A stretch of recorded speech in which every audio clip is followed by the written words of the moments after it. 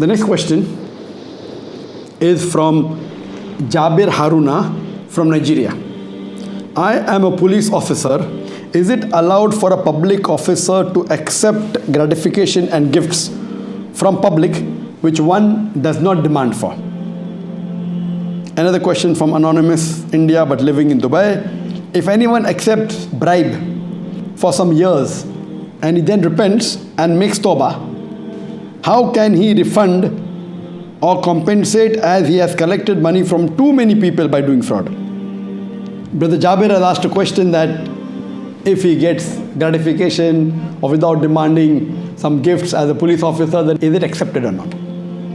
Our beloved Prophet ﷺ said, it's mentioned in Sahih Bukhari, volume number 9, hadith number 6979, that the Prophet told one of the persons to go and collect zakat. So when he comes back, he tells the Prophet, this is your money of zakat and this is the gift I received. The Prophet replies that, will you go and sit at the home of your father and the home of your mother, and do you think you'll get these gifts? And the Prophet gets very angry. And immediately when he's addressing the people, he tells, O my people, I had appointed one of you to do an important task for me which Allah had entrusted on me, referring to collection of zakat. That person comes and gives me and says, this is the zakat money which is for you and this is the gift I received. I told him that, will you go and sit at the house of your father and the house of your mother, and do you think you'll get these gifts? Then the Prophet says that, O people, you do not take a single unlawful thing. Otherwise, you will carry that with you on the day of judgment. The Prophet said, do not take any single thing unlawful. Otherwise, you will carry that thing with you on the day of judgment to Allah. And the Prophet said, I do not want any of you to be seen carrying a camel which is grunting, or a cow which is mooing, or a sheep which is bleating. That means the Prophet has prohibited anyone from taking anything extra and unlawful.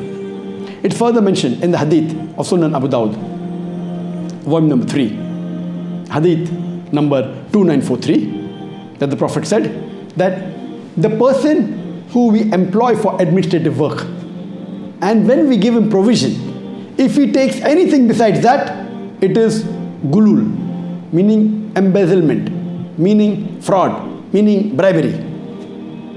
It's further mentioned in the hadith of Sunan Abu Dawud, volume number 3, hadith number 2945, that the Prophet said that if we employ anyone for administrative work, and if he comes with his wife, if he doesn't have a servant, he may have a servant. If he doesn't have a dwelling, he may have a dwelling. And Abu Bakr radiallahu anhu, he continues that the Prophet said that anything above this is treachery and theft. It's further mentioned in Musnad Ahmad, hadith number 23601, that the beloved Prophet said that anything received by employee of the government, it is ghulul, embezzlement, it is treachery. From all these hadiths we come to know that any employee of the government or provided by the government, or as for that matter any company, besides the salary what he gets and besides the perk what he gets, anything else he received from anyone outside, it is equal to bribery, it is equal to gulul, it is equal to embezzlement. That means any government servant in any country today, Muslim country or any other country, if he receives anything besides the salary and the perk which is mentioned in the contract, anything above, it may be, we call in India chai pani, in Pakistan chai pani, meaning water and tea. Some people say sweets, some people say oiling of the palm or greasing of the palm, some people say under the table, all these things, gifts, any gift, direct or indirect, besides the salary and the perks that has been given officially in the contract, anything above that is bribery.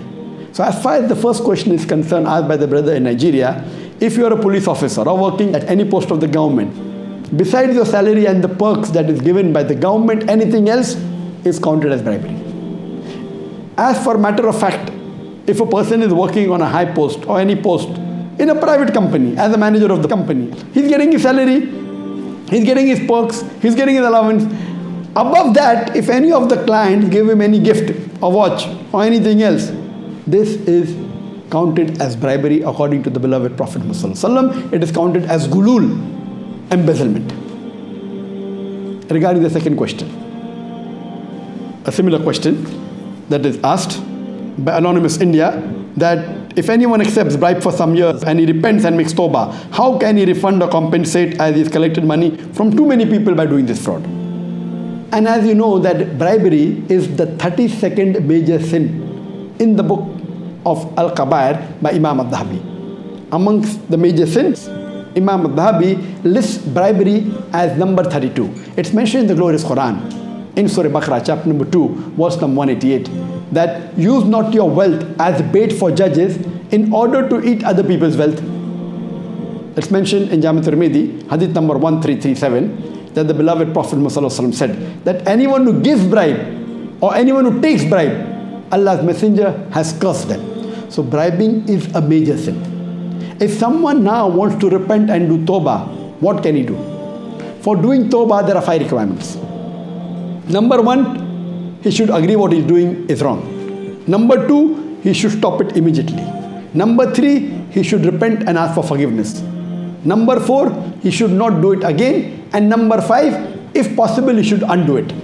For example, if you have taken bribery from many people, if you can remember the amount or the name of the person, and if you can give back, that's the best. If you do not remember, if you have taken too much, then follow the first 4 things at least, that agree it is wrong, stop it, ask for forgiveness, don't do it again, and what you can do is you can give charity. What you think you have collected in all these years, give that in charity to the poor people, ask for forgiveness, inshallah, Allah will forgive you.